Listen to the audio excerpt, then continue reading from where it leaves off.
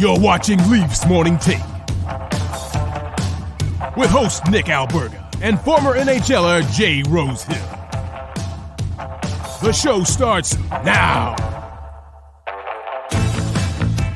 All right, what's good, everybody? It's a Thursday edition of Leafs Morning Take presented by Betano. It's Nick Alberga and Jay Rosehill. Rosie, how are you on this Thursday, my man? First day on the new computer, like fingers crossed, but I'm feeling like things are going to start moving and shaking here. Breaking news here on the show. This is a day we've been looking forward to maybe for about, 16 months? But Jay Rosehill, finally, and I mean finally, I think Santa forgot his house 3-4 different times. What's going on with the lighting here now, man? Just testing things out, baby. Okay, fair enough. No, it's like a nightclub in there, but Santa Claus missed your house a couple times, but located your house, brand new computer. How does it feel? I know you called me last night. We went through a couple things to make sure this show didn't go off the rails, right? Yeah, no complaints, man. Brand new unit that's supposed to have the firepower to handle this this show, so we're happy. We're happy. Very happy. It's like comparable to getting that one-piece stick for the very first time. You don't know what to do with it, but I know you're feeling rejuvenated, man. I know we've been through a lot the last couple weeks. Technically speaking, we did talk about that holiday get-together where it's the fucking shit show, and we re-recorded it, just me and you. We had all the boys involved, just re-recorded it, but greener pastures in 2024, right? We're looking forward to it. That's the plan, man. I don't see why not. Okay. With that in mind, lots to discuss on today's podcast. Obviously, the victory in Anaheim. Craig Berube, you're actually gonna hear from Craig Berube today. We talked about technical issues. We caught up with Craig after the show yesterday. Rosie, I felt like a proud dad doing that interview because I remember the first interview you and I did together. You're like, so like, what are you up to today? And now it's like, hey, do you want to coach the Toronto Maple Leafs? So like you have improved leaps and bounds. I feel like I'm wearing off on you a bit because I'm known for asking the difficult questions, but it was a lot of fun hanging out with Chief yesterday. Why is that a difficult question? And if we're going to have Berube, who just got fired from the St. Louis Blues, on the Leafs show, and there was just a fire chief chant rattling through the entire mass of Toronto, why would I not ask that question is my question. No, it's exactly. I mean, you're growing as a broadcaster on a daily basis. I will give you that much credit. And I thought it was perfectly put. You brought it up a couple times, one in the middle of the interview. So like this time, you didn't go right away and say, hey, do you want to coach the Leafs? You buffered it up, as I mentioned. You know, you put the toast in the toaster first. You put some butter on there, and then you ask that hardball question. So yeah, it's a lot of fun, right? And he's somebody obviously in transition, no longer coaching the St. Louis Blues, looking for his next venture. And who knows down the road, but Sheldon Keefe's safe again, man. They've won 2 in a row. I know that went away in a hurry. Hey, it didn't go away, Rosie. It did not go away. Once again, I don't know, man. One shining light though, Martin Jones, like he just looks as solid as you could ask, man. Like, how about the third period? Yeah. Yesterday, first puck drop straight down, breakdown in the corner, breakdown net front, whammy. He comes up with a huge save. Like, those are the ones that are in the back of your net, and they're just the absolute killers and the deflators. And when they make the save, you kind of go, oh, good. And then you move on. You don't realize how big that was, because when they do end up in the back of your net, and we've seen it with this team with goaltenders, how devastating it is. And to have a guy who's standing in there again when the back's against the wall, when you need a guy to step up who wasn't really expected to be one of your dudes, it's just so nice to have him right there. Because, like, fuck, don't kid yourselves. We've been hanging out in a wild card spot, and, you know, you drop 10 games against bed shitters, and it's going to catch up to you. And then you get into some injury trouble, and, oh, man, your season all of a sudden is, you know, in jeopardy. So really nice to have him. He was the shining light of the last couple of days for me. I love the physicality this team continues to play with. Again, I still have my reservations and wonders which Leafs team will show up against San Jose, and it's going to maintain and be that way for the rest of the season because it's been so unpredictable. But they're playing with some jams, some bite. Bobby McMahon with a big-time hit on Pavel Menchikov, a rookie for the Anaheim Ducks. I was curious to get your opinion because, again, a lot of conversation right now in the media stemming from the World Juniors, and the IIHF calls the game a bit differently. But how did you see this one? It was 5 in a game handed out. Yeah, like you could call it boarding, but I mean, I'm so sick and tired of seeing these young players turn their back and go headfirst into the glass, into the boards. Like I'm so sick of seeing it. You make the play and you stand up to the guy with your shoulder and take the hit. And if you get sat down, you fall backwards and bump into the glass, fine, or fall onto your back onto the ice. But trying to like turn your back last minute and avoid being hit. I don't know why turning your back is avoiding being hit. And then, oh, I'm falling. I'm in the NHL and I'm falling. And let me just lead with my face here and eat the boards. I just never understood it. This one, you could call it a boarding, but like people are breaking it down, going, see how his arm goes up. That's what makes it okay. So, when your arm goes up, that's a 5 minute in a game. Like it wasn't 5 in a game if you just isolate Bobby McMahon and don't look at the Anaheim Duck.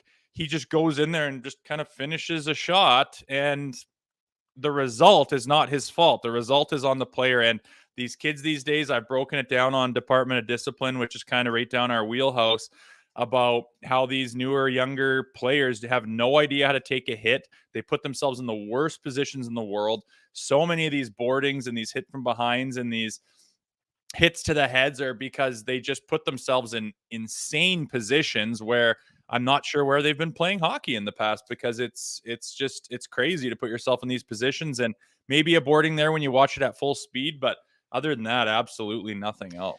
So is that a coaching thing? Like, in your opinion, is that something they have to revamp in the teaching style to put players in better positions to take a hit like that? Is that your opinion? Yeah, it's got to be at the grassroots minor hockey level of hitting. These kids don't even hit until they're in bantam now. And I think that, I don't know, when I watch things out west, you watch bantam hockey and they're making some big hits, and these guys are learning, oh man, like get up against the glass and protect yourself. Then it might not be worth it for the guy to hit you, but you're just dump the dumb 3 feet away from the boards, and I'm going to make this play. And as soon as I make it, I'm going to turn my head to the glass and bend over head first for some unknown reason. And the guy's going 100 miles an hour going to finish his check, and he can't stop on a dime just because you decide to turn. And it's just, it's a culture thing. It's a lesson thing. It's a learning thing. But at the grassroots level, learn how to take a hit. And I can't remember who I was watching, maybe Shane O'Brien or somebody's like, I did a camp specifically for body checking and how to take a hit, how to give a hit, receive a hit, how to negate a hit being bad.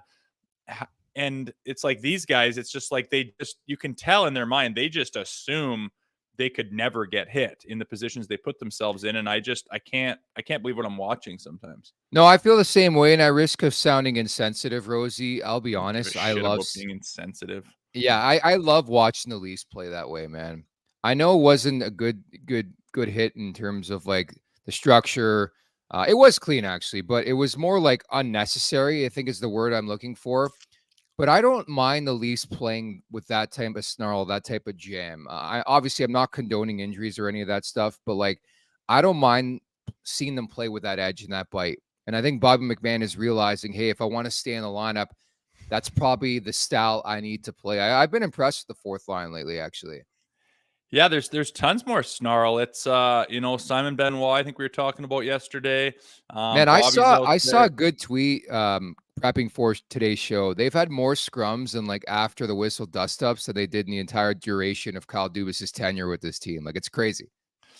Yeah, and whether that's Dubas and Tree Living, I don't really know, but I think they've finally realized that the theme of this team is that they're chicken shits and they play so soft, and teams take advantage of it all the time. And it's a huge momentum shifter. It's a huge respect factor of like, and confidence booster of like how do you play when you're on a team that's tough and that goes out there and dominates and looks around and says, who wants it? Like, we'll take on all comers. You're not going to touch our goalie. You're not going to run us through the glass. You're not going to face wash us. Like, we'll step up to anything. You go out there with, everybody plays a foot taller and you play with more confidence, and it's funner. You can get more momentum. You can see the other teams not really wanting it. And that's usually the Leafs. And now, not that they're the toughest team in the world, but we never asked for them to be, the 70s Flyers. We didn't ask for that. We're just saying, can you have some respect for yourself? Can you finish the check? Can you not just look down for quarters and put your hands in your pockets at scrums when guys are bumping into your goalie? Can you grab a guy by the scruff of the jersey? Is that so hard? You don't have to fight everybody. You don't have to play like maniacs, but play with a little bit of gumption and let them know you're there. And the physicality thing, it's there for a reason. It's important for a reason. And they're starting to put that together. And why that reason is, I don't know. I'm not in the locker room, but it's sure nice to see. And it's a big change in the last couple of years. At the very least, it's noticeable, which is great to see. So again, Craig Berube, that interview coming up in about 20 minutes from now. Don't forget to subscribe to our YouTube channel at the Leafs Nation 401. If you're watching right now, please subscribe at the Leafs Nation 401. Also, another request, if you listen to us in podcast form, please go down, leave us a 5-star review. Write something if you would like, just to pump up the tires of the podcast a bit and get us elevated a bit. So appreciate that. Leafs Morning Take, wherever you find your podcast, do that. And once again, at the Leafs Nation 401. On YouTube, where you can subscribe right now and hit that like button. Pump that like button as well for us, please. Brought to you by DoorDash. It's time for the appetizer. For a limited time, our listeners can get 25% off, up to $10 in value, and 0 delivery fees on their first order of $15 or more. When you download the DoorDash app, enter code NATION25. That's code NATION25 in uppercase for 25% off your first order with DoorDash. Offer valid in Canada, subject to change. Terms apply. Man, I was watching that game. I'm like, they're getting goalied. They're getting goalied. And I think that the Leafs deserve a lot of respect for sticking with it, man. They kept coming and coming and coming, stride and stride and stride, and shift after shift after shift. And they were skating circles around Anaheim for the majority of that game, specifically in the third period. It was just an uphill battle for the Ducks, and they persevered, man. There's no other way to put it. Yeah, I mean, you look at the shot attempts. I thought, like, you look at Matthews, what do you have, 11 or 12 shots? 14. Like 14. Yeah. That's insane, dude. 13, 14 goals. That's wild. And we were peppering them so hard and just couldn't quite pick the corners. We were getting every piece of the goalie. He was on his angles, and that happens sometimes. And, it's a good sign when you're on the bench and it's like another chance. It's like, as long as you're getting the chances, just keep doing what you're doing. There's nothing else you can do, and eventually it'll go in. Unless you really get goalied and run out of time. But the offensive firepower on the Leafs, doing that for an entire period, I jumped on them when it was down 1-0, as far as threw a bet down on Betano, and it paid off. I just didn't think that was going to last, because holy smokes, did they have them on their heels, peppering the hell out of them, and a huge performance by their goaltender to only let in one in regulation, because it could have been 5. But they stuck with it, and they showed a bit of character, and they didn't start reinventing the wheel and dipsy doodling, being idiots out there playing street hockey because it didn't go their way. They stuck to it. They went to the same guys, went with the same plays that usually work, and eventually they broke through. So it was good to see. It's funny. You look at the score and you're like, well, they just squeaked by, but no, it was dominant. Like, the only goal that the Ducks scored was a D-zone breakdown, and this team is going to be susceptible to that. There's no secret. They need to improve their blue line and upgrade and just their awareness and overall D-zone coverage and all that stuff. And it's going to happen from time to time. But, like, other than that, it was dominant. It seemed like the puck was on a string for the Leafs all night long, specifically Auston Matthews. I mean, you bring him up, 30 goals now in 35 games, puts away the winner. He was so good. And I think that's what you need from your big boys. They need to drag you through the fight sometimes and say, hey, we're not losing this game. Like, they were so determined in that third period. And I thought it was perfect the way they scored, too, off the crossbar by Riley, and then John Tavares bangs it in. Like, those are the type of goals you're going to score in games like that, where the guys just dialed in Lukáš Dostál the way he was for the Ducks last night. Yeah, it was. I really noticed, especially towards the middle part of the third, Matthews. I noticed Tavares through the second half of the game. Willie. I didn't notice Marner all that much, but I think he was a little hotter at the beginning of the game. But those big boys, yeah, that's what you get paid for. That's why they're there. That's what makes this team good. It's one of the, we're very heavy in that department. So, yeah, they better be out there doing their thing, because that's kind of the shining deal with this team and where our eggs are in that basket. So nice to see them come through and pull one out when it wasn't exactly going their way. And rightfully so, man. You just, I mean, you're going to be losing to the Ducks now and Columbus and the Chicago. Like, sorry, like, you should have won that damn game. And yeah, you were getting goalied and you broke through. So that's the way it's done. It's good. That was their third win in 11 outings versus bottom 6 teams, by the way. But crazy, I like many, I think at the second intermission, I'm like, they're not going to do this again, right? Because what would the conversation be? Let's say they outshot Anaheim 57-28, but were shut out 1-0. to me, it would just be like results are results. They lost the game, right? It would have been so Leafs to lose that game, I think. Yeah, and like I think we'd had it up to here with that stuff at that around that New Year's area and the Christmas break, and the way they were playing and the way they were losing was, time to blow some stuff up, like fire Keefe and change things, and this cannot continue. But they've managed to get it on the rails a little bit more with a couple of better defensive efforts. The Kings are a pretty good team, and it's hard to go like this team's good, this team's bad, because it's all NHL and the disparity's not that huge. But they seem to have found a little bit of a path here. They're playing better defensively. I like some of the D pairings they have. Again, Jonesy looking really good, like stepping in there so well. I think he's going to be, a big part of this going forward. So it's back on track. The holes are still the holes, but if you're playing I don't mind winning 2-1. That's nice. I get worried winning 5-4 all the time because it's not really the way you can get it done in the direction and the places that we want to go with this team. So I don't mind it, man. Tighten up that defense and find ways to win when it's not going your way is just fine with me.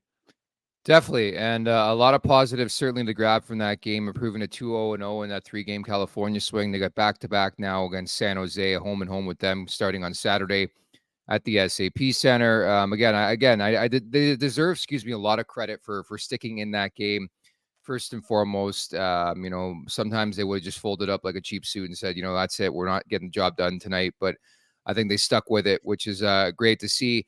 I thought Matthew Knies was really good again. That top line in general, I sort of disagree on Marner. I thought he was very noticeable in that game.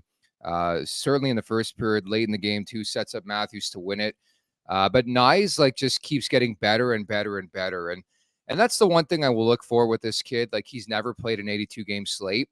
So you've been through it. It's a long, long season, and there's going to be ups, there's going to be downs, but I thought he was excellent, man. You can tell this guy, again, skates a lot with Auston Matthews in the offseason. Just the tenacity he plays with defensively is my favorite thing about him. Yeah, he seems to get it, man. He keeps getting better. He's not reaching for something that's not quite there, like trying to be a little bit better, but he doesn't quite have it. He's got it, and he's just putting the pieces together, man. He's a player. There's a reason he's on that top line. His defensive ability absolutely is one of the shining things. We got enough guys with flashy firepower that need to shore up other parts of their game, and he's got that, and I think that's why he's on that top line. But he can also, he's got the smarts and the brain and the ability to play with those big boys. And you look at just the little plays he makes along the wall, in the corners, for loose pucks. It's where he really shines, and those are those little intangibles that I don't think people really, you don't get credit for that kind of thing unless you're, maybe talking to your coach who really appreciates that kind of thing. But, you're not going to get the big pats on the backs or the highlight reel accolades for that kind of stuff. But, man, it's important. He does it well. I don't know, from day one since I went and checked this kid out in college, I have just been high on the way he plays, and for good reason. He's showing it at the highest level that he is the real deal, and I think he's only going to get better, and he's very well rounded, which is my favorite part. Well, just compare him to a Nick Robertson, who I still think is trying to find his footing at the NHL level. He was a healthy scratch.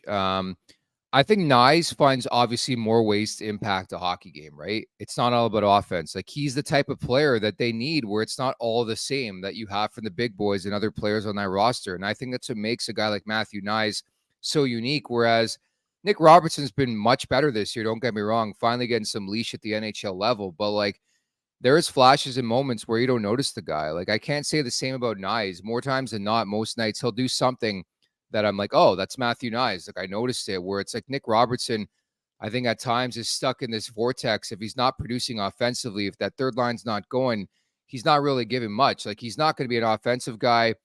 I don't think he'll ever really be that defensive dynamo. So he's stuck in that vortex. And for one, I know people were disappointed with the healthy scratch. I don't mind it one bit. If you're not producing and you're not doing your job to the level, and I think it's more so about Sheldon Keefe, keeping the guy hungry. I've got no problems with it. Did you? No, not really. And when I'm talking about Knies saying he's not reaching, he's not trying, that's kind of what what Robertson looks like. A lot of times he's just trying to force something that isn't there. He's reaching for something. He's just not quite there, but he wants it. And if it comes on his stick perfectly with an extra second and in the right spot and the goalie's out of position, yeah, damn right, he'll bury it. He's a good hockey player, but he's just not gonna consistently create. And like you say, he's caught in that vortex. Maybe the expectations are a little bit high. Maybe he didn't develop as well as he could have. Maybe he's plateaued. Maybe he had a ceiling. Maybe his confidence is low. I don't, he's had lots of time to work off of higher confidence, but just doesn't seem to like make that his foundation and be able to live there. So yeah, he's not quite there, man. And that's kind of been his story as a Leaf prospect. Couple shining moments here and there for sure, but I mean, that's not quite good enough. You look at Nyzy, who comes in and is just solid and capable, and you just think, wow, like if this is this guy's, base, what's his ceiling? And I don't think we're even close to there, where I'm not sure if Robertson's ceiling at this point in time is good enough to be in the lineup. I'm right there with you. Any issues on starting Martin Jones in the back-to-back? I know it's a bit different with travel there. It's going LA to Anaheim, so it's not like really, really far. Because I know a lot of people are calling for Hildeby to play, 6'7", the Hildebeest from the American Hockey League, and sample size pretty short here in North America. I had no issue with it. Did you? No, I was very surprised. I thought they'd give this kid the first one in Anaheim with, a little bit less pressure, a little bit,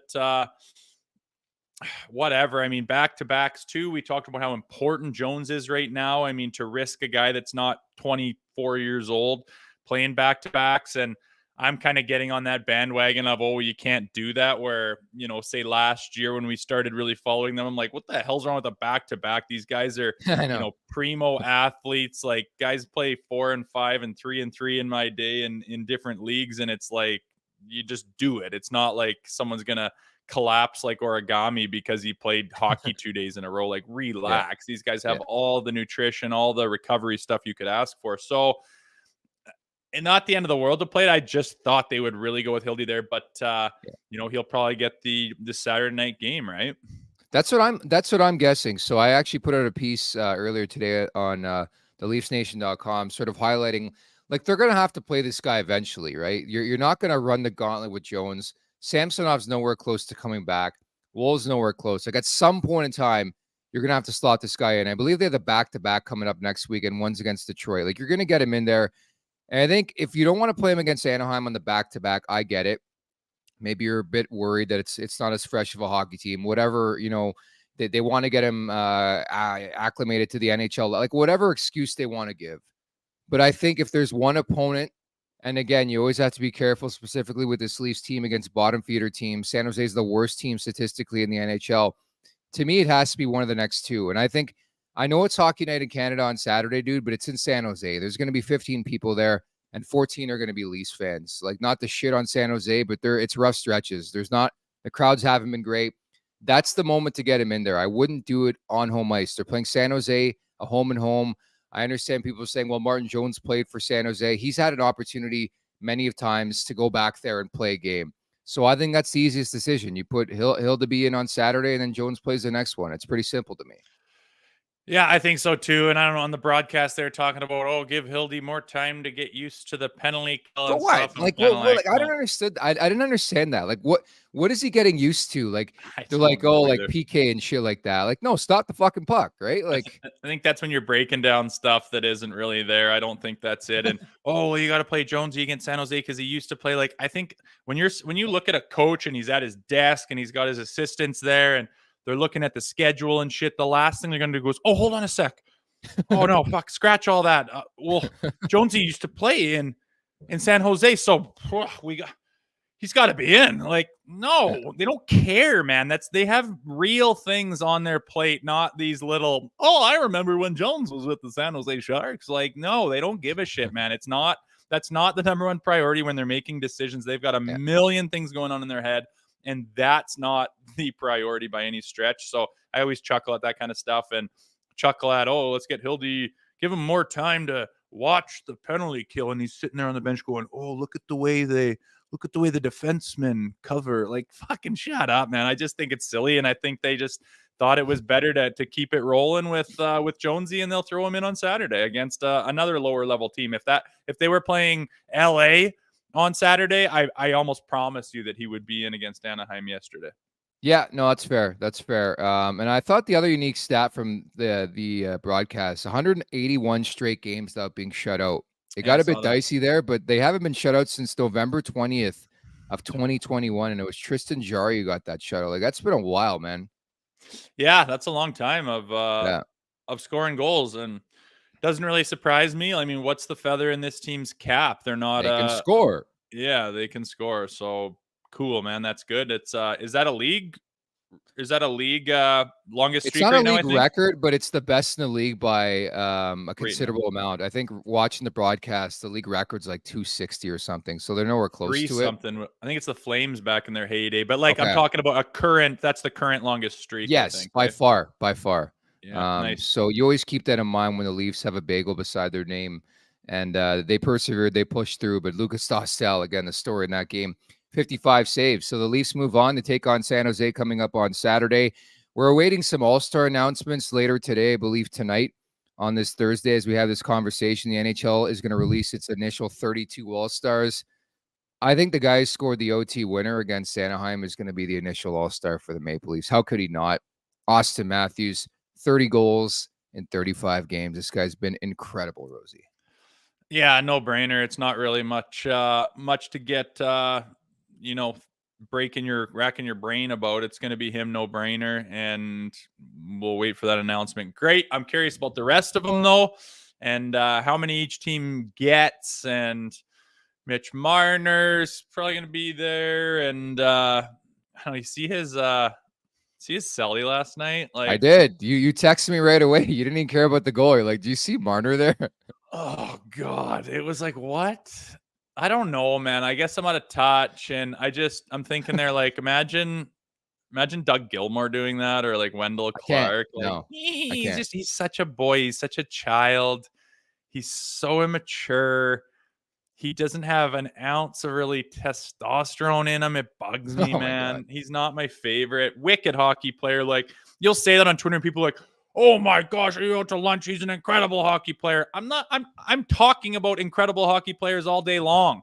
We're just going to sit there and go, incredible hockey player. Oh, incredible hockey player. Oh, well, he's a good hockey player. We're getting deep into it and breaking it down and having our opinions on things. And Mitch drives me fucking bananas, man. The way he dresses and the shit, like, oh, you don't have to wear a suit today, guys. I'm going to wear my Mickey Mouse t-shirt. Like, it just drives me fucking nuts. I'm like, can you imagine this guy holding the Stanley Cup up and having fucking a big beard and big cut on his chin and fucking just went through hell with the boys and put him on his back? Like, I just don't see it, man. It kind of bugs me. And then you see him riding the pony in the fucking NHL because they scored. It's just, I gotta bury it deep down, I think. Not going to run down Marner today. I thought he was excellent last night. I will say it's a league-wide thing. It's a league-wide thing, dude. Like, Jake Wallman did the fucking gritty multiple times after scoring a goal. Like, this is happening around the league. It's not just Marner. I'm sorry. It's just a different era, man. Like, we're old. Yeah, pretty much. It's just a different league. Like, I even noticed too, like, I was going to tweet out and I thought better of it. I've never seen players complain as much as they do now over every call. Like, I don't know if you caught this. Mason McTavish, who is obviously very renowned in Team Canada, what he did for the World Junior team and all that, highly prized prospect of the Ducks. Like, he got into it a bit with Timothy Liljegren, and instead of going back at Liljegren, who like grabbed his head, he like looks at the ref. He's like, look. It's like, I understand, that's part of the game and getting that call, but it's like, fucking nut up and do something about it, man. Like, it's Timothy Liljegren, but it's a league-wide thing. We have this conversation about the Leafs all the time. It's just a different feel to these type of players these days where it's like, oh, let's bitch, let's complain. Let's get that call as opposed to doing something about it. It's just different. It is, and I don't know if they're... Dude, it was the same thing. Producer Vic in the chat, and this is exactly what I was getting to. Cole Perfetti snitching on Ryan Hartman for slashing him on purpose. Like, that type of shit. Not I'm condoning it, but that type of shit. Or in St. Louis when Cryu, like... You killed that name. Kyrou? Yeah, Kyrou. You dog cherried that name, yes. He chirps basically like throws shade without doubt at Craig Berube, who just won them the Stanley Cup, has 17 years played in the league, 15 years coached in the league, and then just won them the Stanley Cup. And then he chirps off and throws shade at him right as he's on his way out the door, throws a couple darts at his back. Yeah. Then goes out there and realizes the city cares more about Chief, who won them a cup, than they do you, Cryu. And then he gets booed, and then they interview him about him, and he starts bawling on national TV. It's just like, what did you think was gonna happen when you're throwing dart? Like, you just think you can just go into they're so used to social media and stuff and just saying every little fucking thought that comes into their mind with zero consequence. And then you actually have some reality set in, and they're just so shocked they start crying. I don't care if it's a new generation or not. Use your head. Very well put. Very well put. It's just, it has that feel sometimes where you're like, oh, okay. I don't know how we got into this conversation. We're talking about some all-stars. Morgan Rielly, I'd love to see be there. I think he's had an excellent year. It's not all about points for me. I think he's been really good defensively. And for a team that has really struggled defensively, he's been the mainstay on the blue line. I think he deserves some credit. Nylander, I think, ahead of Marner. Like, Nylander's going to be there. Me too. I think the significant news here is that, like, the Leafs obviously are hosting the All-Star game, and the more the merrier. I think a lot of these guys will want to play, especially a guy like Marner. It's his hometown. Matthews is everything to this city. Like, guys are not going to shy away the way sometimes they have in the past. Like, even an Ovechkin, like, he probably isn't deserving. I wouldn't be shocked if he finds his way, but actually shows up for this one because it's Toronto. But I think there's a chance like 4 of the Leafs could be on there. Like, I think potential is there. Guys getting hurt and stuff like that. But there's tons of guys on this team who deserve to be there. But my big 3, Matthews, Nylander, and Rielly, deserve to be there, in my opinion. I don't know about Mitch yet. Yeah, I got to go crunch the stats on where they sit in the league and stuff like that. I mean, I think that's a lot to do with it. But if there's any like wavering, or if the powers that be are kind of going, well, I think they would lean towards a Toronto Maple Leaf. It's just, it's better for the show, right? It's better for the big circus that's going to be in Toronto, and it's going to be one of the big ones. And I think, from the changes that they've made, that we've found out they've made, I think they understand kind of what direction they want to go, and it's a more serious direction, a more fireworks direction, more on the line, like more effort, more cares given. I think they're going to get away from the straw hats and the sunglasses and the clown shoes out there. Hi, clap, clap, clap, yay! Oh my god, I think it's going to be more serious. And I think when they're having it in Toronto, it's a good time to do it. It's the biggest market in the world. Try to get a bunch of Leafs out there and have the boys show up and put on a good show. So I'm excited for it. I would have loved if you were somehow made a captain of one of these. So they're going to have the draft this year too. The draft's coming back. I would love to for you to be taking part and you to be pissed when there wasn't a fight in the All-Star game, because that's what you're pretty much vouching for right now. Didn't say fighting, but just more intensity, less of a clown circus show with the All-Star game. And I think the NHL's addressed it, and I think we will see a big difference this year.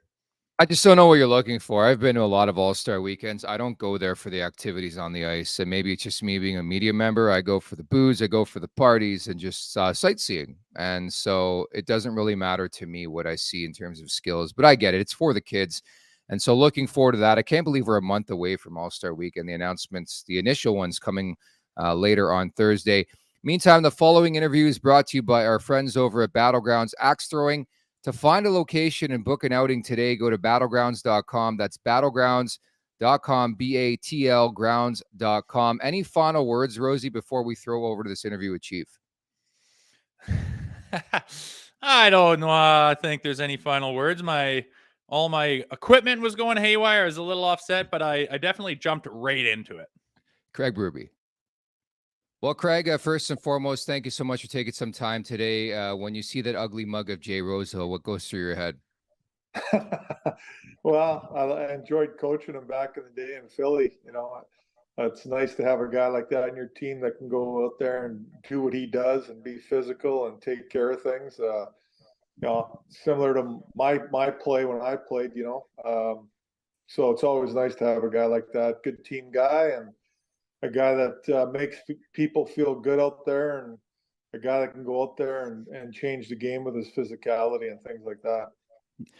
Chief, the amount of seasons you played as a player, you're starting to get to that point as a coach now. Is that odd? And what are some of the differences of, all your experience as a player and now how much you've garnered as a coach? Yeah. Well, as a player, it's different, right? You kind of, you go there and you're focused on obviously yourself as a player and trying to get better and improve and practice and do those types of things. It's just, you don't have to think about so much as a player, except thinking about yourself and obviously the team and what you do for the team and doing your job as a player. But as a coach, there's a lot of things you got to take care of on a daily basis. You're responsible for 23 guys in your roster and making sure how guys are doing and feeling, and the team how they're playing, and lineup changes, and there's a lot going on, and dealing with your general manager and the organization. So there's a lot more as a coach, that's for sure. But I enjoyed both of them. I really enjoyed the coaching side of things, and going in every day and making sure things are planned out and what you're doing in practice, and talking to your players. I think communication as a coach is very important with your players, and making sure everybody's on board and what's going on. And players all have issues. They're human beings, and there's all kinds of things that are going on in their lives that you got to try to talk to them about, and also making sure they're playing good hockey for you and doing their job. So what have you been up to? Not too much. My family doesn't come with me when I go coach in St. Louis. Well, in St. Louis, when I was in Philly, they're here because I live in Philly. So the kids and all that, they're not with me. So, I'm alone a lot. When I was in St. Louis, and they come visit and things like that. So now that I'm home, I'm around the family and doing things with the family, and obviously keeping tabs on the game and what's going on in the league, and watching hockey and things like that. So that's about it right now. It's been kind of slow for me, which, was fine because I get to spend time with the family, which is nice. So, Craig, you itching? I mean, obviously, we'd be remiss if we didn't talk about, potential coaching changes made throughout the league, and whether you're the front runner on some people's radar. If something came about, would you jump at the opportunity? And specifically, what if have you ever thought about coaching the Toronto Maple Leafs? Listen, on the spot there. Eh? Well, you're always, I want to coach again because I enjoy it, and I want to get back in the game and coach again. And as a coach, it was time to move on in St. Louis, and that's the way it works. You're hired to be fired, they say, but I had a great run in St. Louis, and like I said, I'm watching games, and you keep your eye on things and what's going on in the league. A phone call comes, you got to obviously talk about it and see where they're at and what their focus is, and the organization and where they're going. For me, I want to work with good people and an organization that is going in the right direction. That's for sure. Well, that's exactly where I wanted to go. Like, your plan of action, obviously very established, won the couple years back. Like, what kind of factors will be sort of in this decision-making process for you over the next little while, maybe even raging into the off season here? Yeah, for sure. I think you want to look at where the team's at and what kind of players they got. And, I guess, are they ready to win? Are they in the process of winning? Are they real young? They're, learning to grow and become a team that's maybe going to win a championship at some point, or have an opportunity to.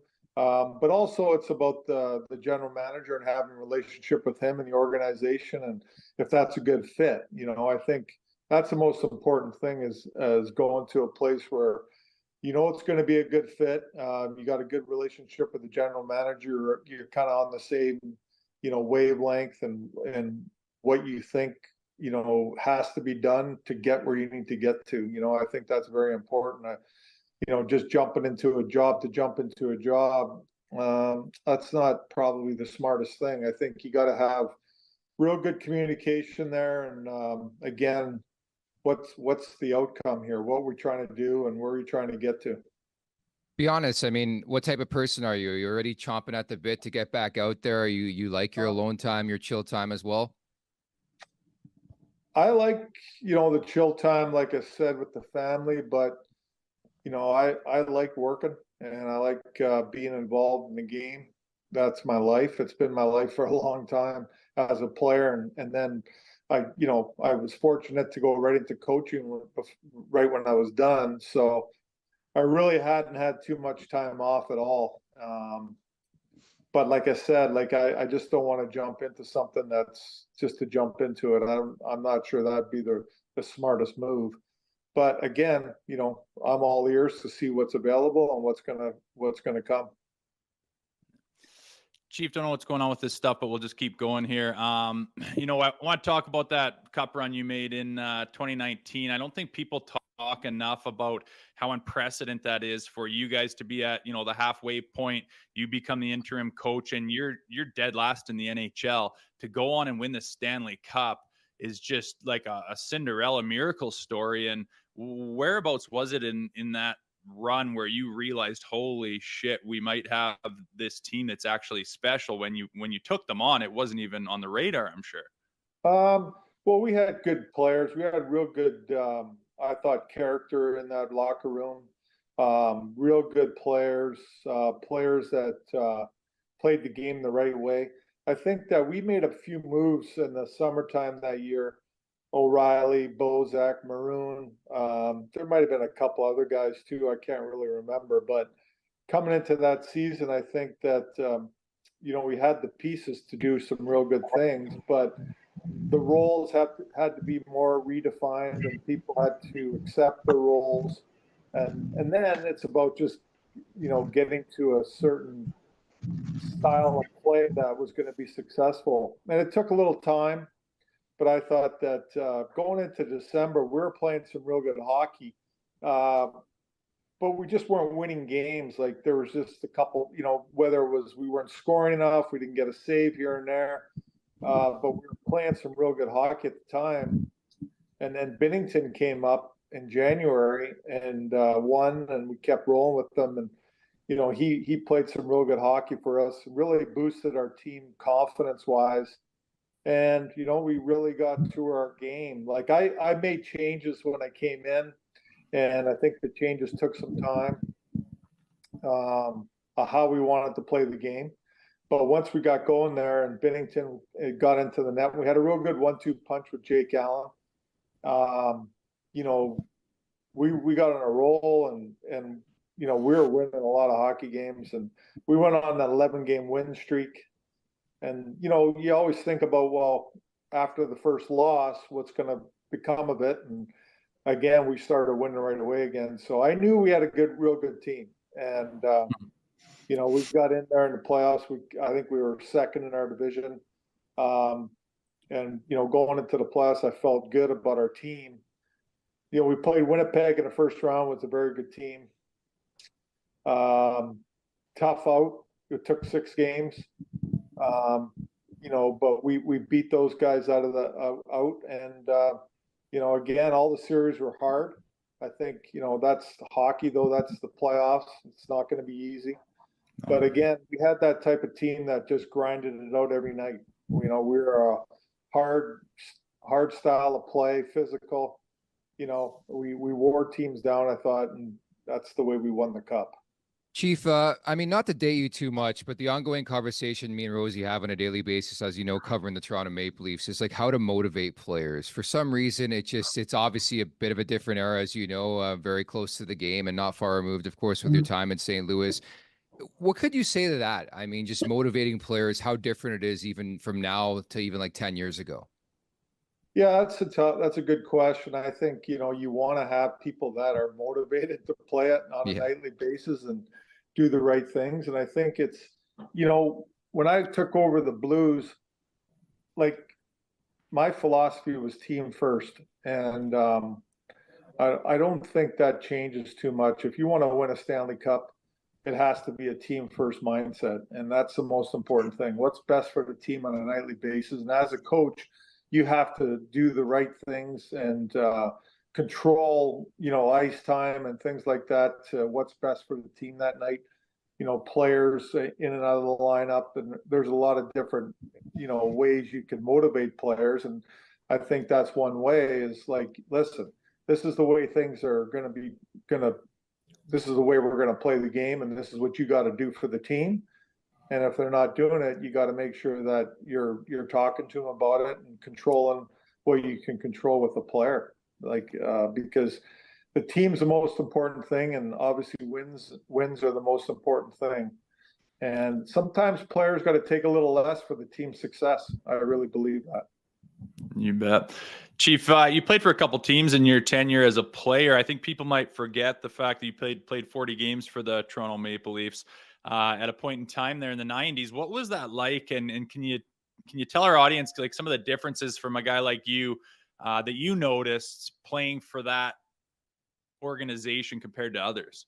Yeah, it's an unreal organization. It's an unreal place to play hockey.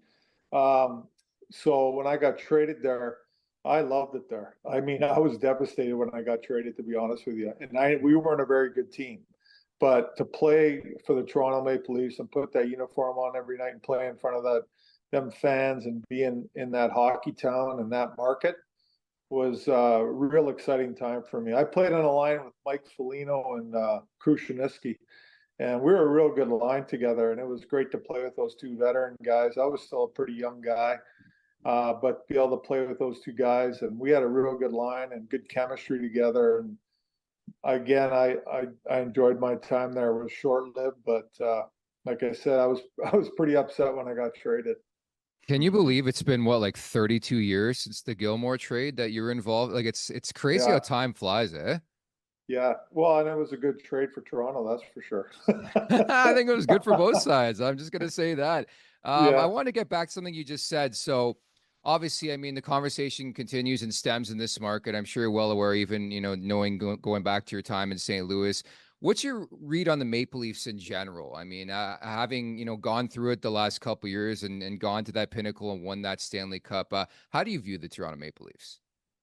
Well, they got a ton of good talent, that's for sure, with Matthews, Marner, and Nylander up front, and Riley on the back end. I mean, those guys are great players for sure. I mean, I think it's just about, like, they got through the first round last year and they ended up getting beat, but they made good strides, and getting past that first round, that's for sure.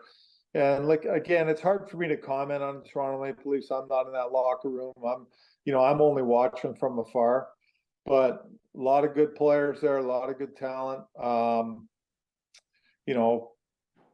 They have a lot of good upside. I mean, who knows? I mean, when you get in the playoffs, you gotta, it's about getting on a good roll, and it's a grind. It's a grind. It's a grind that you gotta move on from losses, and you gotta move on from wins, and you gotta get focused for the next game. And it's a battle. It's a 2-month grind or more, and it's hard. But the Leafs got some great players, that's for sure. They got a very good team. Like I said, it's really hard for me to comment too much on it with me not there. So I just wanted to add to so I mean, just put yourself in Sheldon Keefe's shoes. You see a guy like Willie Nylander, like, is he that type of player, that type of talent where it's like, do you even have to say anything to your GM and be like we have to lock this guy up? Because that's the conversation in this market. It sounds like the two sides are making ground on an extension, or as a coach, you just sort of stay out of that conversation. Well, I think it's you focus on what you have to do as a coach, and that's coaching the team and make sure you're doing your job there. And if the general manager, he wants to talk to you about that, then you're obviously in them conversations. But the general manager, that's their job, is to take care of the contracts and try to sign people. I think the coach, you do your job coaching the players you have there. But there's obviously conversations between a general manager and a coach at times about players, and do you think it's where are we at with this guy?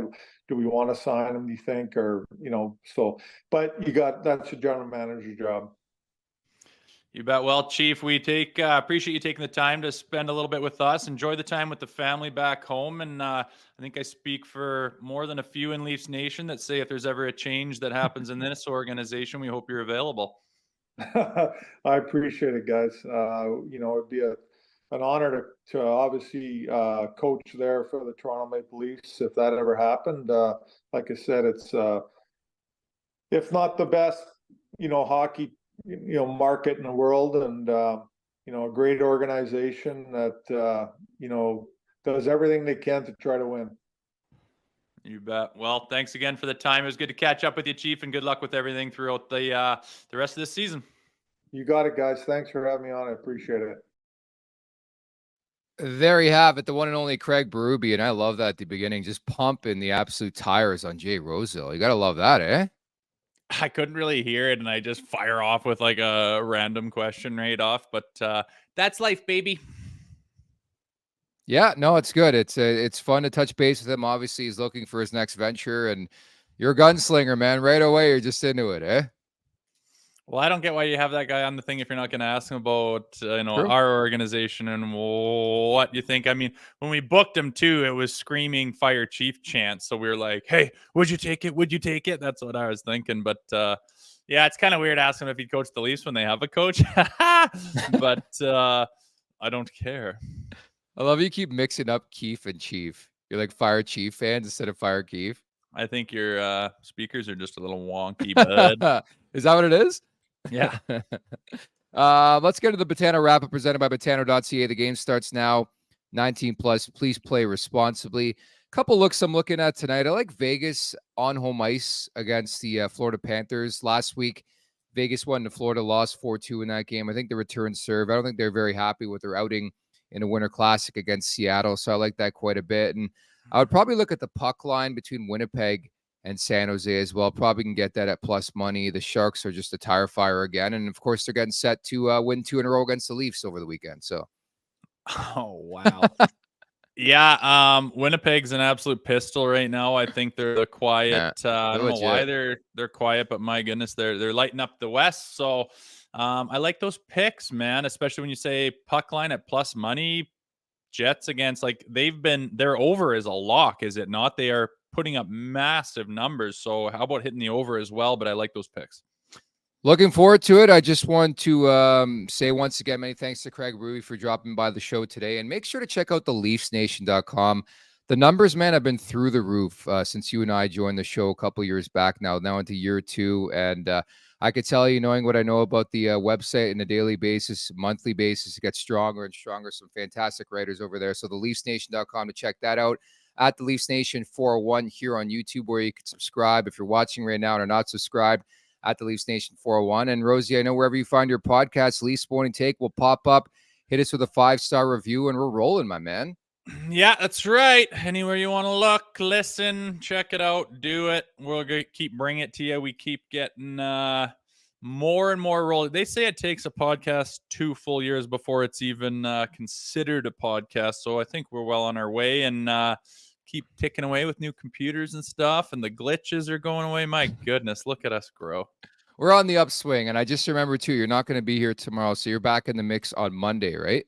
That is correct. So I believe Anthony Stewart is sitting in with me tomorrow. Looking forward to that show. We're going to preview the Sharks games coming up. It's a weird home and home, so luckily the Leafs won't have the benefit of complaining about going home after a Western road trip, because San Jose is going to do the same thing. They're going to come west-east to play the Leafs at Scotiabank Arena. So looking forward to that.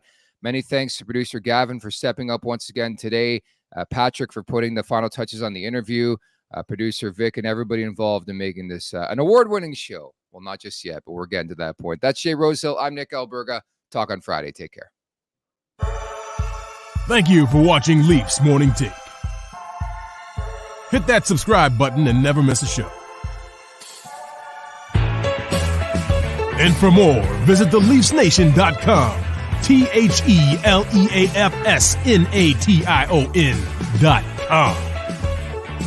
If you don't know how to spell the Leafs Nation, you know what I mean? But hey, sometimes you never know.